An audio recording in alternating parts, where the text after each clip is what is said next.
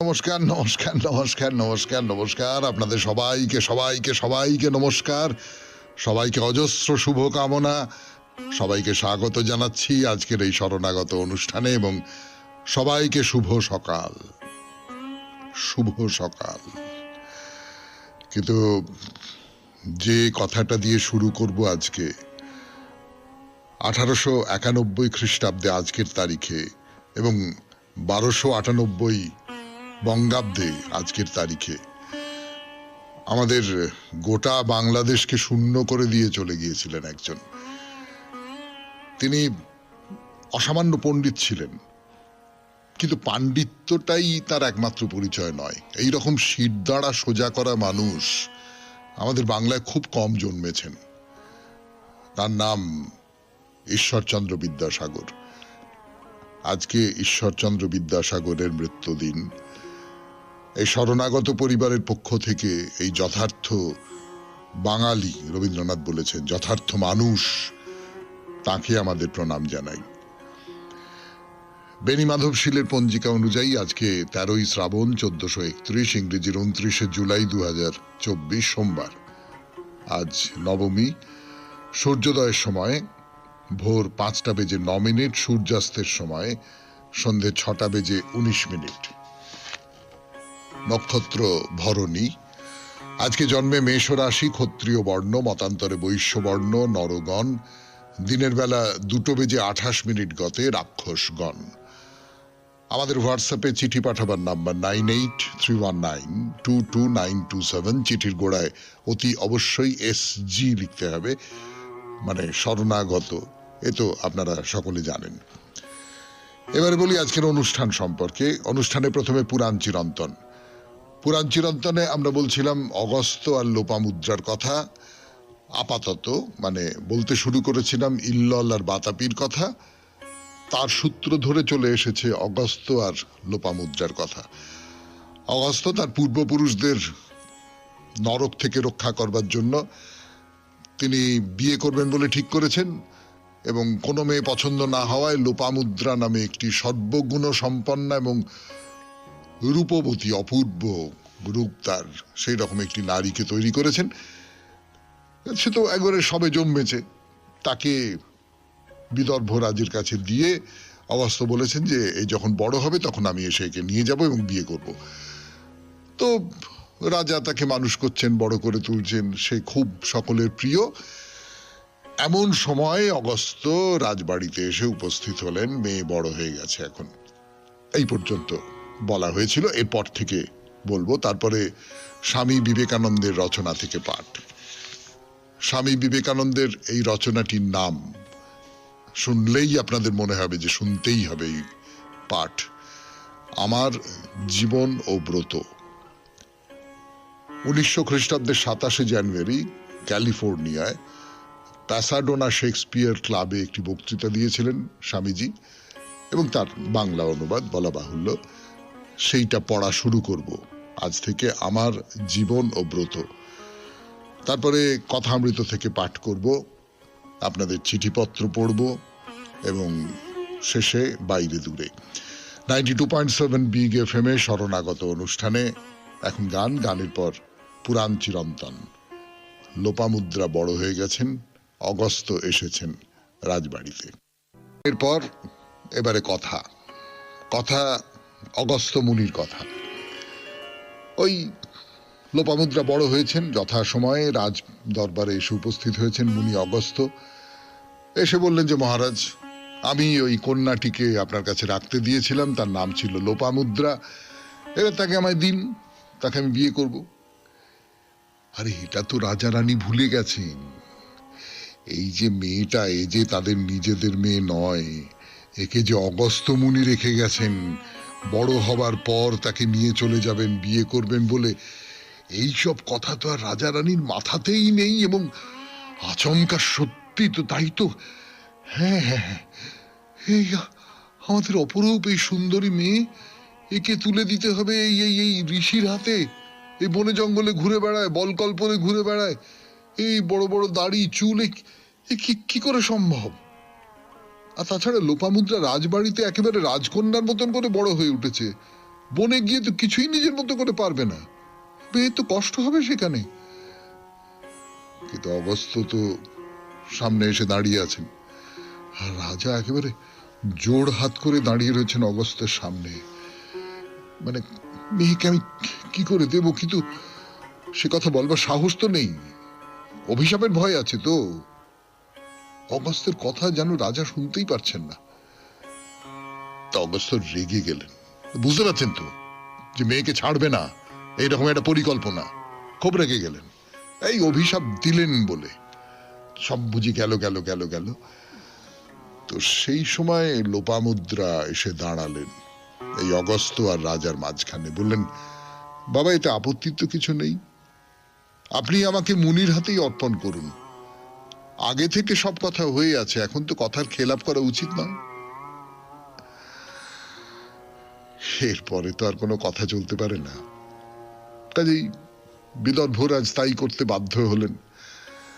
অন্তঃপুরে রানী নানান রকম আপত্তি করলেন, কিন্তু না, কোনো তো উপায় নেই, কথা দেওয়া আছে, অগস্ত্য এখানে রাখতে দিয়েছিলেন, গচ্ছিত রাখা ছিল।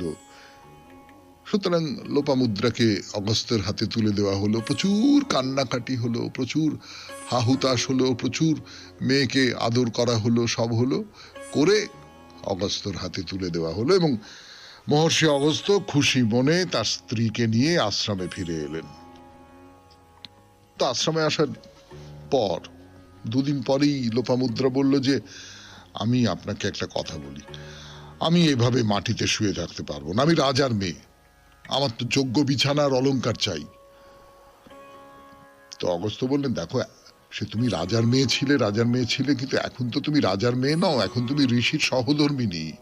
ও পুরনো আরামের কথা ভুলে যাও, এখানকার সঙ্গে তোমাকে মানিয়ে নিতে হবে। ওসব দামি বিছানা অলংকার আমি কোত্থেকে পাবো? এই হলো বিপদ, অগস্ত্য মুনির বিপদ। এই বিপদের কথা দিয়ে ফিরে আসছি গানের পর। 92.7 বিগ এফএম এ শুনছেন শরণাগত, জীবনের সহজ পাঠ। আপনাদের গানের আগে 92.7 বিগ এফএম এ শরণাগত অনুষ্ঠানে লোপামুদ্রা তো বলছেন যে আমার দামি দামি গয়না চাই, আমার ভালো বিছানা চাই, আমি রাজবাড়িতে মানুষ হয়েছি, আমি এখানে এইরকম করে থাকতে পারবো না। অগস্ত্য বলছেন যে, না, তুমি তো যে সে যখন রাজবাড়িতে ছিলে তখন রাজবাড়িতে ছিলে, এখন তুমি ঋষির গিন্নি। তো লোপামুদ্রা বলছে, না না না না, আমি ওসব জানি না, আমি ওসব জানি না, আপনার কথায় আমি এক বস্ত্রে সব ছেড়ে চলে এসেছি, কিন্তু আমি তো আপনার স্ত্রী নাকি? স্ত্রীর দাবি পূরণ করা তো স্বামীর অবশ্য কর্তব্য। না না, আমার আমার আমার যা কিছু দরকার সমস্ত কিছু আমার এখানে চাই। এ তো মহা মুশকিলে পড়া গেল, অগস্ত্য খুব মুশকিলে পড়ে গেছে। আর তার স্ত্রী যেটা বলছেন লোপামুদ্রা, সেটা তো একেবারে উড়িয়ে দেওয়ার মতন কোনো কথা নয়। সত্যি তো, স্বামীর তো উচিত স্ত্রী যদি কিছু চান তাহলে সেইটা তাকে দেওয়া। আর তাছাড়া একেবারে তরুণী স্ত্রী, অগস্ত্যর মনের মধ্যেও যে একটু যা যা হয় আর কি সেই সব। কিন্তু রাজার ধন আমি কোথায় পাবো? আমি তো তপস্যা করি, ধ্যান করি, এই যাগযজ্ঞ এইসব করি, ফলমূল খেয়েই কাটাই বেশিরভাগ দিন। কি মুশকিলে পড়া গেল। এই তো আবার লোপামুদ্রা মুখ গোমরা করে আছেন, কান্নাকাটি করছেন, এটা যা যা অস্ত্র আছে আর কি সেই সমস্তগুলো প্রয়োগ করছেন। সেই মুখে হাসি না দেখলে তো তার ভালো। শেষে মরিয়া হয়ে কয়েকজন চেনাশোনা রাজার কাছে তিনি গেলেন, গিয়ে বললেন যে এরকম হয়েছে, আমার স্ত্রী লোপামুদ্রা সে তো এইগুলো চাইছে, তো যদি কিছু সাহায্য পাওয়া যায়। তো রাজারা বললেন যে, না দেখুন মহর্ষি, আমাদের যা ধন সম্পত্তি সেসব তো ওই যা রাজকোষে আসে সেইগুলো প্রজাদের জন্যই ব্যয় করা হয়, না সেখান থেকে আপনাকে কিছু দেওয়া যে যেতে পারে না তা নয়, কিন্তু তাতে তো আমাদের গরিব প্রজারা বঞ্চিত হবে, সেটা সেটা আপনি যদি চান তাহলে বলুন, তাই হবে এখন। তো অবস্থার মনে হচ্ছে, না না না না, সেটা তো ঠিক হবে না, সেটা তো একটা উপায় আছে। একজন রাজা বললেন, যদি আপনি অভয় দেন তাহলে বলি। হ্যাঁ হ্যাঁ হ্যাঁ, কি কি কি কি কি সেটা বলো শুনি। কি সেটা? কিভাবে মহর্ষি অগস্ত্য অর্থ উপার্জন করতে পারেন লোপামুদ্রার জন্য, আজকে থাক, পরের দিন বলা যাবে 92.7 বিগ FM এ শরণাগত অনুষ্ঠানে। আপাতত গান শুনি, তারপর স্বামী বিবেকানন্দের রচনা থেকে পাঠ, আমার জীবন ও ব্রত। স্বামী বিবেকানন্দের রচনা থেকে পাঠ, আমার জীবন ও ব্রত। 1900 খ্রিস্টাব্দে ক্যালিফোর্নিয়ায় প্যাসাডোনা শেক্সপিয়ার ক্লাবে এই বক্তৃতাটি দিয়েছিলেন স্বামীজি। বলা বাহুল্য ইংরেজিতে তার বাংলা অনুবাদ শোনাচ্ছি আপনাদের, অল্প খানিকটা শোনাচ্ছি। ভদ্রমহোদয় ও ভদ্রমহিলাগণ, আজ সকালে আলোচনার বিষয় ছিল বেদান্ত দর্শন। বিষয়টি হৃদয়গ্রাহী হইলেও একটু নীরস ও অতি বিরাট। ইতোমধ্যে আপনাদের সভাপতি এবং উপস্থিত কয়েকজন ভদ্রমহোদয় ও ভদ্রমহিলা আমার কাজ ও এতদিনের কার্যক্রম সম্বন্ধে কিছু বলিবার জন্য আমাকে অনুরোধ করিয়াছেন। বিষয়টি কাহারো কাহারো নিকট আকর্ষণীয় হইতে পারে, কিন্তু আমার নিকটে নয়। বস্তুত কেমন করিয়া যে আপনাদের নিকট এ সম্বন্ধে বলিব তাহা আমি বুঝিতে পারিতেছি না। এ বিষয়ে এই আমার প্রথম বলা। আমার ক্ষুদ্র শক্তির দ্বারা এতদিন কি করিবার চেষ্টা করিয়াছি তাহা বুঝাইবার জন্য আপনাদিগকে কল্পনায় ভারতবর্ষে লইয়া যাইতেছি। বিষয়বস্তুর খুঁটিনাটি ও বৈচিত্র্য লইয়া আলোচনার সময় আমাদের নাই। একটি বৈদেশিক জাতির সর্বপ্রকার বৈচিত্র্য এই অল্প সময়ের মধ্যে আপনাদের হৃদয়ঙ্গম করাও সম্ভব নয়। ভারতবর্ষের যথার্থ স্বরূপ কিছুটা আপনাদের সম্মুখে তুলিয়া ধরিতে চেষ্টা করিব। ভারতবর্ষ একটি ভগ্নস্তূপে পরিণত বিশাল অট্টালিকার মতো। প্রথম দর্শনে কোনো আশাই জাগে না। এক বিগতশ্রী বিধ্বস্ত জাতি। কিন্তু একটু ধৈর্য ধরিয়া লক্ষ্য করিলে এই রূপের পশ্চাতে ভারতের আর একটি সত্য দেখিতে পাইবেন। মানুষটি যে আদর্শ ও মূল নীতির বহিঃপ্রকাশ, সে আদর্শ ও মূল নীতি যতদিন ব্যাহত বা বিনষ্ট না হয় ততদিন মানুষটি বাঁচিয়া থাকে, ততদিন তাহার আশা আছে। আপনার পরিধানের জামা 20 বার চুরি হইয়া গেলেও তাহা আপনার মৃত্যুর কারণ হয় না। আরেকটি নূতন জামা আনিতে পারিবেন। জামা এক্ষেত্রে অপ্রধান। ধনবানের ধনরাশি অপহৃত হইলে তাহার প্রাণশক্তি অবলুপ্ত হয় না, মানুষটি বাঁচিয়া থাকে। এই দৃষ্টিভঙ্গিতে দেখিলে কি দেখিতে পাই তাহা পরে বলিতেছি। একথা সত্য যে ভারতবর্ষ এখন আর একটি রাজনৈতিক শক্তি নয়। ভারতবর্ষ দাসত্ব শৃঙ্খলে আবদ্ধ একটি জাতি। নিজেদের শাসন কার্যে ভারতবাসীর কোনো হাত নাই। 30 কোটি পরাধীন দাস ভিন্ন ভারতবাসী আর কিছুই নয়। ভারতবাসীর জনপ্রতি মাসিক আয় গড়ে 2 শিলিং মাত্র। জনসাধারণের অধিকাংশের পক্ষে উপবাসী স্বাভাবিক অবস্থা। ফলে আয়ের বিন্দুমাত্র স্বল্পতা ঘটিলে লক্ষ লক্ষ লোক মৃত্যু মুখে পতিত হয়। সামান্য দুর্ভিক্ষের অর্থ বহু লোকের মৃত্যু।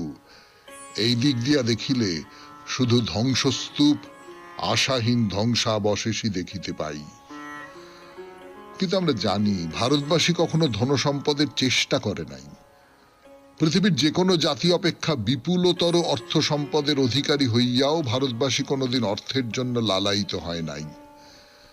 যুগ যুগ ধরিয়া ভারতবর্ষ এক শক্তিমান জাতি ছিল, কিন্তু তাহার কখনো ক্ষমতার লোভ ছিল না।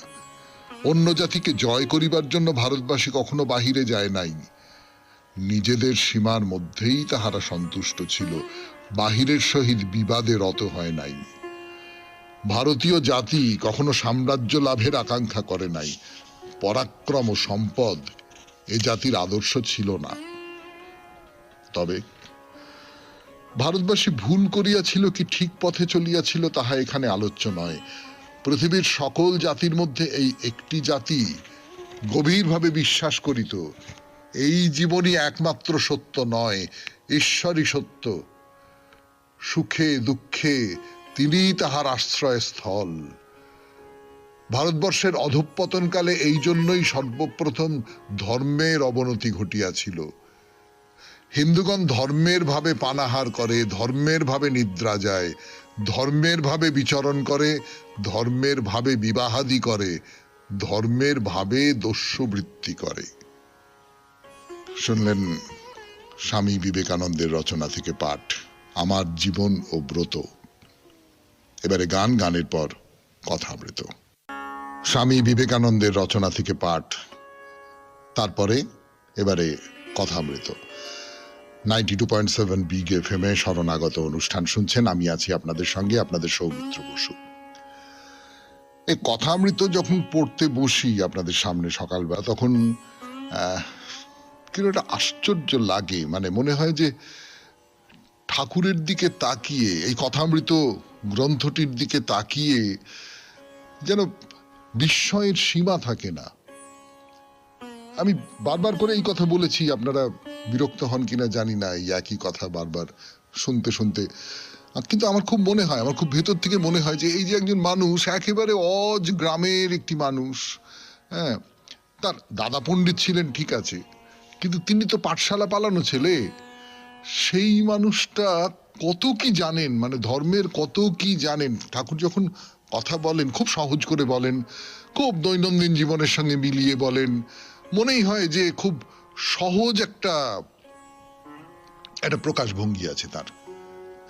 কিন্তু তার ভেতর থেকে যে সমস্ত আলো বিচ্ছুরিত হয়, সেই আলোগুলো কেন বিস্ময়কর।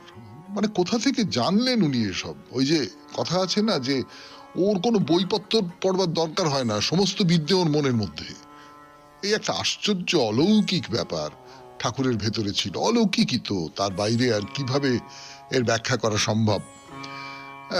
বেদ বেদান্ত নানান সব গ্রন্থ, নানান শাস্ত্র থেকে অনবরত প্রসঙ্গ তুলছেন, যাকে রেফারেন্স তোলা বলে, সেই রকম সব করছেন।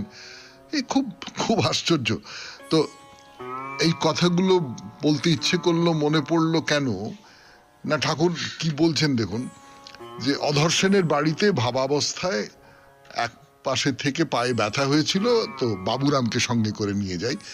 ঠাকুর গান গাইছেন এইসব কথা বলে। কি গান? মনের কথা কইব কিসই কইতে মানা, দরদি নইলে প্রাণ বাঁচে না। মনের মানুষ হয় যে জনা, নয়নে তার জায়গো চেনা। সে দু এক জনা, সে যে রসে ভাসে প্রেমে ডোবে, কচ্ছে রসের বেচা কেনা। মনের মানুষ মিলবে কোথা, বগলে তার ছেঁড়া কাঁথা। ও সে কয় না গো কথা, ভাবের মানুষ উজান পথে করে আনাগোনা। বাউলের এইসব গান। আবার আছে, দরবেশ দাঁড়ারে সাধের করোয়াধারী, দাঁড়ারে তোর রূপ নেহারি। বলছেন শাক্ত মতের সিদ্ধকে বলে কৌল, বেদান্ত মতে বলে পরমহংস, বাউল বৈষ্ণবদের মতে সাঁই। সাঁইয়ের পরে আর নাই। সাঁই কথাটা আমরা সবাই জানি, তোমার বাউলদের গানের মধ্যে এই সাঁই কথাটা খুব আসে। এবং বাউলের গানের মধ্যে এটা আসে যে বাউল সিদ্ধ হলে সাঁই, তখন সব অভেদ।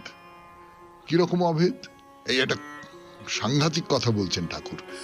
বলছেন অর্ধেক মালা গোহাড়, অর্ধেক মালা তুলসীর। অর্ধেক মালা গোহাড়, অর্ধেক মালা তুলসীর। অনেকেই ছি ছি ছি ছি করে নাক সিটকোবেন, কিন্তু ঠাকুর বলছেন এই কথাগুলো, কথামৃতে লেখা রয়েছে। হিঁদুর নীর মুসলমানের পীর, সব একাকার হয়ে যায় গো। শুনছেন কথামৃত থেকে পাঠ, 92.7 বিগ এফএম এ শরণাগত অনুষ্ঠানে। আরো পাঠ করবার জন্য ফিরে আসছে আপনাদের সৌমিত্র বসু, একটু গান শুনে নেবার পর।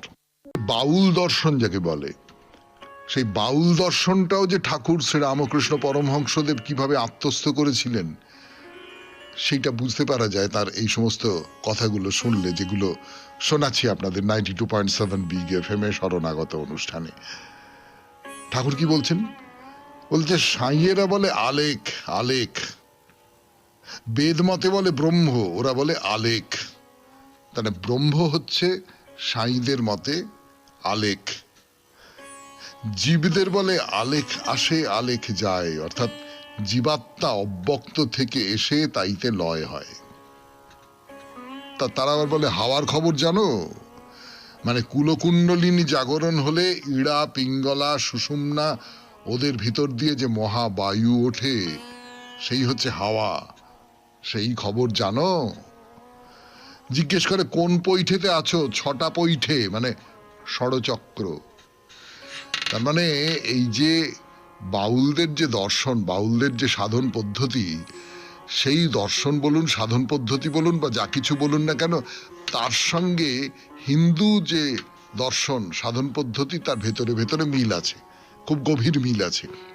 খানিকটা তো অমিল আছেই, খানিকটা অমিল আছে বলেই বাউল দর্শন নিজেকে একটু আলাদা করে নিতে চেয়েছে, কিন্তু ভেতরে ভেতরে শেকড়ের দিক থেকে এই দুটো শেকড়ই একই জায়গা থেকে তার রস সিঞ্চন করছে। তো ঠাকুর বলছেন যে যদি বলে পঞ্চমে আছে, মানে কোন পৈঠেতে আছে, কোন স্তরে আছে, পঞ্চম স্তরে আছে, তার মানে বিশুদ্ধ চক্রে মন উঠেছে, তখন নিরাকার দর্শন। যেমন গানে আছে, বলে একটু সুর করে গাইছেন যে তদূর্ধ্বেতে আছে মাগো অম্বুজে আকাশ, সে আকাশ রুদ্ধ হলে সকলই আকাশ।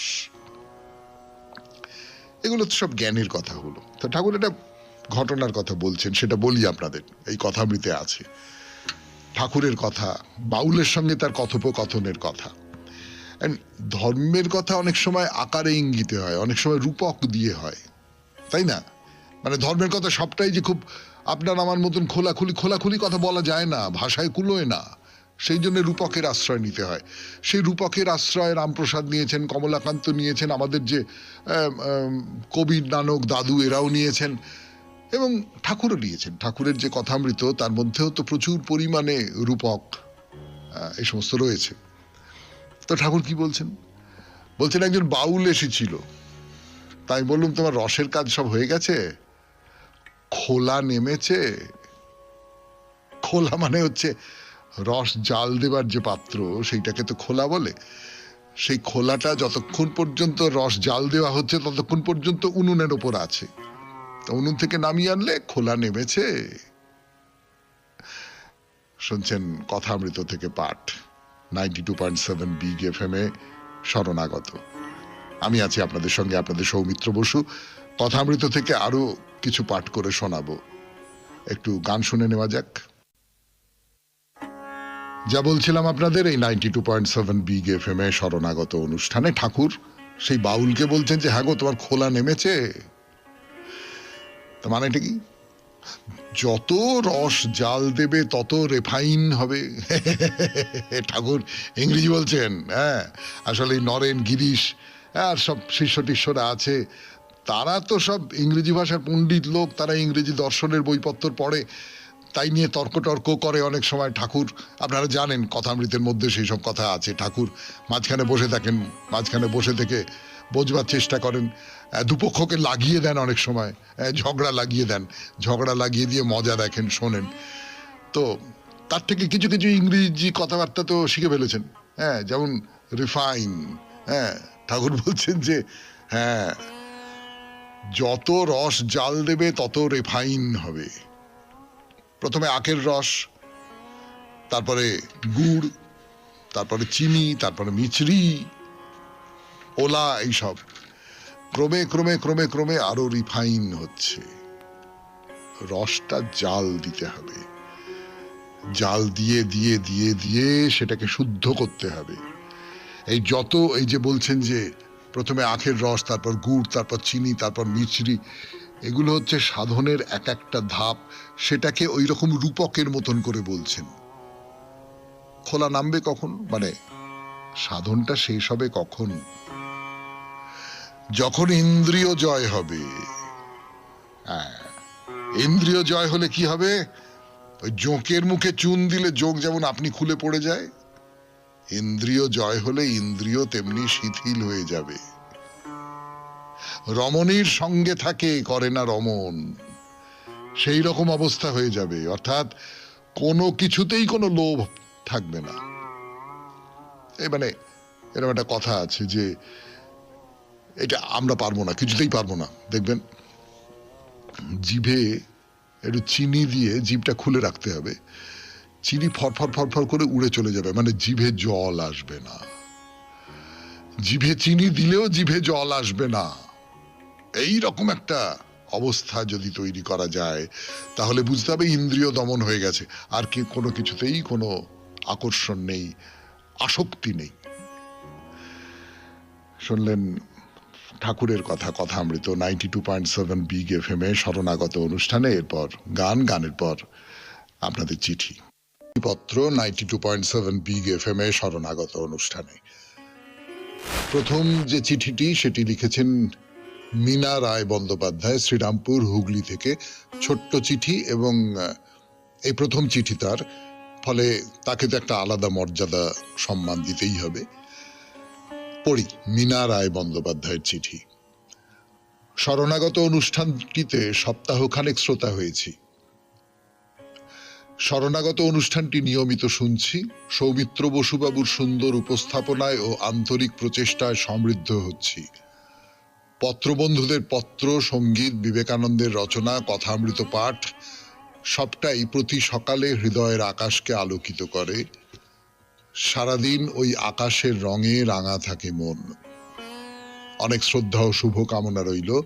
মীনা রায় বন্দ্যোপাধ্যায়, শ্রীরামপুর, হুগলি জেলা, ভারত। এই যে আকাশের রং নিয়ে চিঠি লিখতে বলেছিলাম, তার সঙ্গে শরণাগতকে মিলিয়ে দেওয়া, এইটা আমার খুব ভালো লেগেছে। আপনাকে অসংখ্য ধন্যবাদ। এর পরের চিঠিটি লিখেছেন তমাল মুখার্জি, ডানকুনি থেকে। পড়ে শোনাই সেই চিঠি। পৃথিবীর রং। আপনাকে নমস্কার জানিয়ে ও শরণাগত পরিবারের সকলকে আন্তরিক শুভেচ্ছা ও ভালোবাসা জানিয়ে আজকের পত্র লেখা শুরু করলাম। আজকের বিষয় পৃথিবীর রং, যা আমাদের জীবনের সঙ্গে অঙ্গাঙ্গিভাবে জড়িয়ে আছে। অবশ্য এটা আমার চিন্তা, অন্য কারোর সঙ্গে নাও মিলতে পারে। লাল রঙের গোলাপ, রাঙা পলাশ, লাল শিমুল, কৃষ্ণচূড়া ভালোবাসার কথা মনে করিয়ে দেয়। নীল আকাশের দিকে তাকিয়ে কিংবা নীল সমুদ্রের জল মনকে শান্ত রাখে। মন ভালো করার রং, বিশ্বস্ততার রং এই নীল। আনন্দ, উচ্ছলতা, বন্ধুত্বের সুখ অনুভূত হয় হলুদ রঙে। দিগন্ত বিস্তৃত সবুজ মাঠ, সবুজ গাছের পাতা কিংবা সবুজ বনরাজি মনকে তরতাজা ফুরফুরে করে তোলে, সবুজ করে তোলে, সতেজ, স্নিগ্ধ। নীল আকাশে সাদা মেঘের ভেলা, নীল সমুদ্রের শ্বেত শুভ্র ফেনায়িত ঢেউ পবিত্রতার প্রতীক, স্বচ্ছতার রং, শুদ্ধতার রং সাদা। সাদা বললেই বিপরীত রং কালো রঙের কথা মনে আসে। এই পৃথিবীর অন্ধকারের নিকষ কালো রাত, মৃত্যু আর বিপদের ছায়া নেমে আসে হৃদয়ে। আরো কত কি রঙের বৈচিত্র্য ভরা এই পৃথিবী। সাতরঙা রামধনুর মতো আমাদের জীবনে ঘুরে ফিরে আসে সুখ দুঃখ, হাসি কান্না, আনন্দ বেদনার অপূর্ব সংমিশ্রণ। নমস্কারান্তে তমাল মুখার্জি, ডানকুনি হাউজিং এস্টেট, ডানকুনি, হুগলি। হ্যাঁ তমালবাবু, আসলে আপনি জেনে লিখেছেন না না জেনে লিখেছেন আমি জানি না, কিন্তু মনোবিজ্ঞানীরা বলেন প্রত্যেকটি রঙেরই একটা করে আলাদা তাৎপর্য আছে। প্রত্যেকটি রঙই আমাদের মনের কোনো একটা বিশেষ অনুভূতির দ্যোতক হয়ে উঠতে পারে। আপনার চিঠিটায় আপনার মতন করে আপনি এক একটা রঙের সেই দোতনার কথা বলেছেন। চমৎকার চিঠি, আপনাকে অনেক ধন্যবাদ। এরপর বাইরে দূরে 92.7 বিগ এফএম এ শুনছেন শরণাগত, জীবনের সহজ পাঠ। এলাম বাইরে দূরে 92.7 বিগ এফএম এ শরণাগত অনুষ্ঠানে। এর আগের দিন যা বলছিলাম আপনাদের, আগের দিন মানে সে তো বেশ দুদিন হয়ে গেল। শনি আর রবিবার তো বাইরে দূরে হয়নি, আজকে সোমবার। আবার আমরা ফিরে এসেছি এই কামার পুকুরে। না, কথাটা হলো, যদি কারুর মনে হয় বেশ 2-3 দিন এখানে থাকবো, এই কামারপুকুর, রামকৃষ্ণ মঠ, অন্যান্য দর্শনীয় স্থান যাদের সঙ্গে কোনো না কোনো ভাবে ঠাকুরের বাল্যলীলার যোগ আছে, সেসবগুলো সব রয়ে সয়ে দেখবো, তাহলে আপনাদের বুক করতে হবে রামকৃষ্ণ মঠের অতিথিশালাটি। সেই অতিথিশালার কথা শোনাচ্ছিলাম আপনাদের। ভারী স্নিগ্ধ শান্ত এই অতিথিশালা। ভেতরে ঢুকলেই মন ঠান্ডা হয়ে যায়। খুব হালকা রঙের গেরুয়া সব ছোট ছোট কটেজ, কুঁড়ে ঘরের মতোই দেখতে, কিন্তু কুঁড়ে ঘর নয় বলাই বাহুল্য। আর যেটা বিশেষ করে বলবার, ভেতরে ভারী চমৎকার একটা বাগান আছে। সোজা পথ চলে গেছে পরিচ্ছন্ন সিঁথির মতো, তার দুপাশে ছোট ছোট ফুল গাছ ভরে আছে ফুলে। সে বাগান যে নিরন্তর যত্নের সঙ্গে পরিচর্যা করা হয় তা তো দেখলেই বোঝা যায়। তারপরে একটা করে কুটির। তো এই যে যত্ন, সবটা মিলিয়ে যে যত্ন, যে যে পরিপাটি ভাব, এতে অবাক হবার কিছু নেই।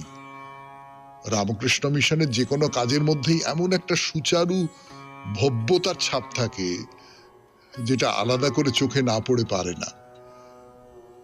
দেখতে দেখতে আপনার প্রথমেই মনে হবে এমন একটা আশ্রয়ে ভোরবেলাটি বড় সুন্দর লাগবে। কিন্তু আগেই বলেছি, এই গেস্ট হাউস সবসময় ভর্তি থাকে। অন্তত 3 মাস আগে থেকে এই জায়গাটা বুক করে রাখতে হবে। তাহলে আর কি, গেস্ট হাউস দেখা হলো, চলুন বেরিয়ে পড়ি আবার ওই টোটোয় করে গ্রামের পথ দিয়ে। এবার আমার পুকুরের পাশে আর একটা গ্রাম আছে, তার নাম হরিসভা। এই হরিসভা গ্রামে যাচ্ছি আমরা। হরিসভার জমিদার ছিলেন মানিক বন্দ্যোপাধ্যায়। মানিক বন্দ্যোপাধ্যায় এই জমিদার, তার সঙ্গে ঠাকুরের কি সম্পর্ক সেইটা নিয়ে কথা বলবো 92.7 বিগ এফএম এ শরণাগত অনুষ্ঠানে, গানের পর। মানিক বন্দ্যোপাধ্যায়ের কথা 92.7 বিগ এফএম এ শরণাগত অনুষ্ঠানে। আমি আছি আপনাদের সঙ্গে, আপনাদের সৌমিত্র বসু। এই মানিক বন্দ্যোপাধ্যায়কে নিয়ে বলবার আগে বলি এখানে কেন এলাম। এই যে হরিসভা গ্রামের মানিক বন্দ্যোপাধ্যায় জমিদার, তার যে প্রাসাদ ছিল, জমিদার বাড়ি, বিরাট প্রাসাদ, সমস্ত ভেঙে পড়ে গেছে সব। শুধু এই সদর দরজাটা দাঁড়িয়ে আছে। কিন্তু তাকে কি দাঁড়িয়ে থাকা বলে? সে একটা ইট দিয়ে তৈরি একটা হাঁ বলতে পারেন, হাঁ করে আছে। দুপাশের ভেঙে পড়া থাম, মাথার উপরে ছাদটা হ্যাঁ একেবারে ভেঙে পড়া। সেই ছাদের উপরে ঘন ঘাসের জঙ্গল। দেখলে আপনার মনে হবেই যে এক সময়কার জমিদার, তার বাড়ির এই দশা। সবটাই অনিত্য। জীবন, যৌবন, ধন, মান কোনো কিছুই কয়েক মুহূর্তের বেশি বেঁচে থাকে না। আপনি যদি অনন্তকালের হিসেবে ধরেন তাহলে একটা আয়ু, কমুহূর্তের বেশি তো কিছু নয়। কিন্তু এই জমিদার বাড়ির ভাঙা দেউড়ি দেখাতে আপনাদের এতটা পথ নিয়ে এলাম কেন? আসলে কামারপুকুর ভ্রমণের একেবারে প্রাথমিক পর্বে একটা আম গাছ দেখিয়েছিলাম, মনে আছে? হ্যাঁ, একটা আম গাছ দেখিয়ে শুরু করেছিলাম। সেই আম গাছটা পুঁতেছিলেন বালক গদাধর। এই এই এই সব নিয়ে এই আম গাছের গল্পটা মিলে আছে এই মানিক বন্দ্যোপাধ্যায়ের যে প্রাসাদ তার সঙ্গে। কিন্তু মনে হয় যে আর কিছু না হোক, এই যে বিদেশি পর্যটকেরা এখানে আসেন, আমাদের দেশেরও যারা আসেন, তারা কি সত্যি সত্যি এই জায়গার মাহাত্ম্য বোঝেন? নাই দেখতে হয় বলে দেখেন। এখানে এসেও মানুষজন হ্যাঁ হ্যাঁ করে হাসে, সেলফি তোলে। হ্যাঁ, যাক, এই যে মানিক বন্দ্যোপাধ্যায় বলে যার পরিচয় করিয়ে দিলাম একটু আগে, তার পুরো নাম হচ্ছে মানিক রাম বন্দ্যোপাধ্যায়। তার তৈরি করা দুর্গা মন্দিরও আছে এখানে। না, সে দুর্গা মন্দিরের অবস্থাও খুব করুণ। হয়তো একটা দেওয়াল পড়ে গেল, এইরকম আর কি। হ্যাঁ, যে জন্যে মানিকবাবুর কথা বলা, এই ঠাকুর শ্রী রামকৃষ্ণ পরমহংসদেবের পিতা ঠাকুর এই মানিক রামের বাড়ির কুলপুরোহিত ছিলেন। এ তো অনুমান করাই যায় যে ছোট্ট ঠাকুর কখনো কখনো বাবার হাত ধরে আসতেন এই বাড়িতে। বাড়ি ধ্বংসস্তূপে পরিণত হয়ে গেছে, কিন্তু সেই মানিক রাজার বংশধরেরা এখনো কিন্তু এই গ্রামেই বাস করছেন। আর খুব প্রাচীন দুটো শিব মন্দির আছে এখানে। না, সেগুলো এখনো ভেঙে পড়েনি, খুব জরাজীর্ণ অবস্থা, কিন্তু ভেঙে পড়েনি। পাশাপাশি দুটো ছোট্ট শিব মন্দির, তাদের কথা আজকে থাক। আজকে বরং এইখানেই শেষ করি শরণাগত। আমাদের হোয়াটসঅ্যাপে চিঠি পাঠাবার নাম্বার 9831922927। চিঠির গোড়ায় অতি অবশ্যই SG লিখতে হবে। এবার তাহলে কবিতা। বিদ্রুপবান উদ্যত করি এসেছিল সংসার, নাগাল পেল না তার। আপনার মাঝে আছে সে অনেক দূরে, শান্ত মনের স্তব্ধ গহনে ধ্যানের বীণার সুরে রেখেছে তাহারে ঘিরি। হৃদয় তাহার উচ্চ উদয়গিরি, সেথা অন্তর লোকে সিন্ধু পারের প্রভাত আলোক জ্বলিছে তাহার চোখে। সে আলোকে এই বিশ্বের রূপ অপরূপ হয়ে জাগে, তার দৃষ্টির আগে বিরূপ বিকল খণ্ডিত যত কিছু বিদ্রোহ ছেড়ে বিরাটের পায়ে করে এসে মাথা নিচু। সিন্ধু তীরের শৈল তটের পরে হিংসামুখর তরঙ্গ দল যতই আঘাত করে, কঠোর বিরোধ রচি তুলে তত অতলের মহালীলা, ফেরিল নৃত্যে দামামা বাজায় শিলা। হে শান্ত, তুমি অশান্তির এই মহিমা করেছ দান, গর্জন এসে তোমার মাঝারে হলো ভৈরব গান। তোমার চোখের গভীর আলোকে অপমান হলো গত, সন্ধ্যা মেঘের তিমির রন্ধ্রে দীপ্ত রবির মতো। খুব ভালো থাকবেন, আনন্দে থাকবেন। নমস্কার নমস্কার নমস্কার নমস্কার নমস্কার নমস্কার। আপনাদের সবাইকে সবাইকে সবাইকে নমস্কার, সবাইকে অজস্র শুভকামনা, সবাইকে স্বাগত।